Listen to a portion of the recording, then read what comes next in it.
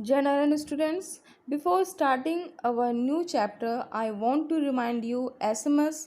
Yes, SMS means soap. Wash your hands frequently. Wear mask when you go outside, and maintain social distancing.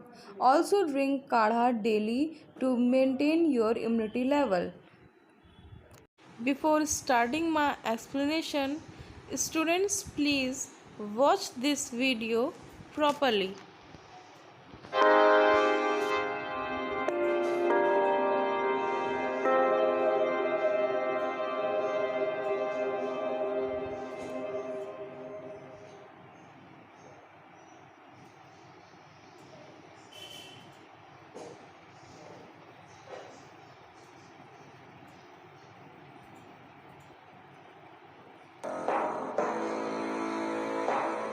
When I came out, I saw at 6 o'clock in the morning, saw that there was a huge avalanche and everything was covered. That camp was totally, you couldn't even see. And that devastated us a lot.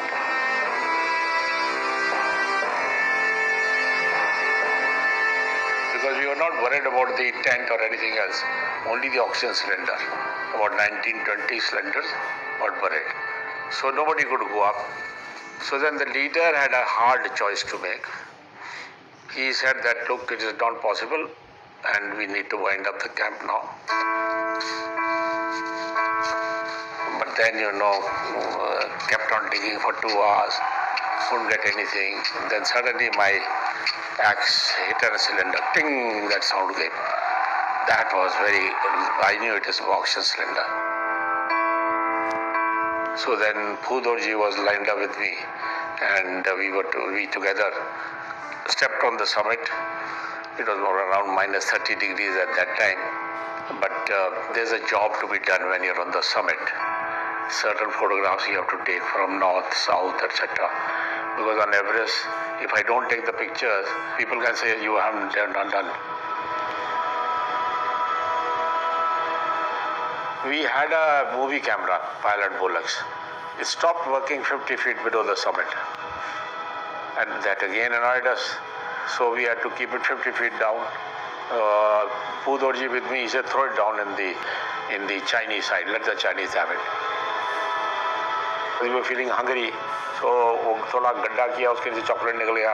Tip के ऊपर थोड़ा वो किया. And there was a packet of chocolate. So we all sort of shared with that. I mean, just to put it, it's humility. You are very humbled by looking at the entire universe, because fortunately that day the weather was to be very bad. So we said to Elvira, we will go. But the weather was beautiful, bright weather. This is the first time we thought the weather gods had gone wrong. So it was beautiful, so we could take beautiful pictures. And suddenly the Pudorji brought a lovely cup of coffee for me. I said, hey, where is this from? He said, no, I carried it in my thermos. So this is a present from me. So little we had, whatever was with him.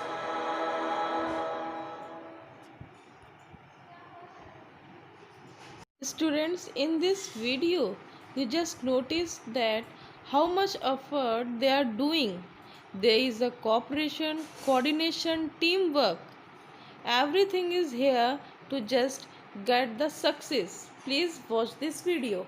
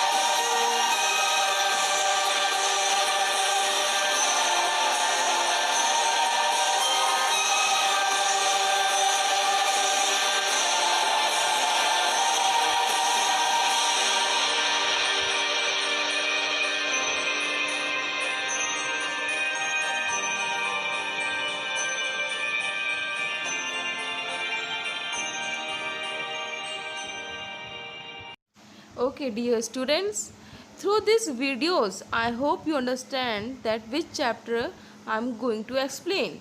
Yes, the name of the chapter is The Summit Within. Okay, it's written by Major HPS Ahluwalia. First, we know about him. Who is that person? Major Ahluwalia. Ahluwalia was a member of the first team conquering Mount Everest in 1965.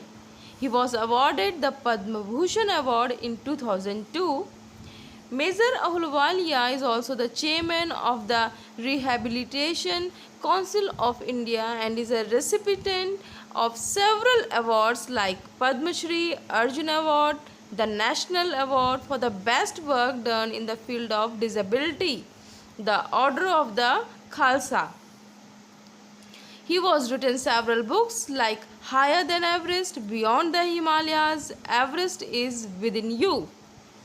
He won the Tenzing Norgay National Adventure Award for the Lifetime Achievement on August 29, 2009. Even after climbing Mount Everest, he had a question in his mind: why Everest?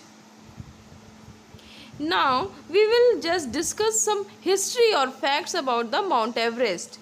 Actually, the Mount Everest was first identified by a Britishman and his name was Sir George Everest in 1841. So, in 1865, it was named Mount Everest because he was identified by Sir George Everest. Everest is 29,035 feet, or we can say 8848 meters high. Everest is also called Komolugma. Okay, Komolugma in Tibet. It means mother goddess of the universe. Whereas Everest is also called Sagarmath in Nepal. It means goddess of the sky. The first woman to summit Everest was Junko Tabei of Japan in 1975. What are the key points of this chapter? Major HPS Ahluwalia was a member of the first successful expedition to Mount Everest in 1965. He is the author of the chapter. Ahluwalia has narrated his experience of climbing the summit of Everest. As the author stood on the summit, many emotions surged through him. All of the emotions, the dominant one was humility. Climbing the summit of Everest provides a deep sense of joy, which lasts a lifetime and changes the climber completely. According to the author, there is another summit, the summit of mind, that is more difficult to climb. After getting down from the summit, the author questioned himself as to why people climb mountains. The mountain presents great difficulties. Man takes delight in overcoming obstacles. Now, the summary of the chapter, The Summit Within, is a story of experiences of Major HPS Ahluwalia, a member of the first successful Indian expedition to Mount Everest. Ahluwalia was full of humility when he stood on the summit of Everest. He thanked God for his physical success. It was the highest of the goals for him. While getting down from the summit, he asked himself why he climbed Everest and what made him to do so. The people climb mountains because they present great difficulties. Man takes delight in overcoming obstacles. A climb to a summit means the demonstration of climbers' endurance, persistence, and willpower. Since childhood, the narrator has been attracted by mountains. For him, mountains are nature at its best. They have a challenging beauty and majesty. They are means of communion, very much near to the God. Communion means nearest to the God. Communion with God.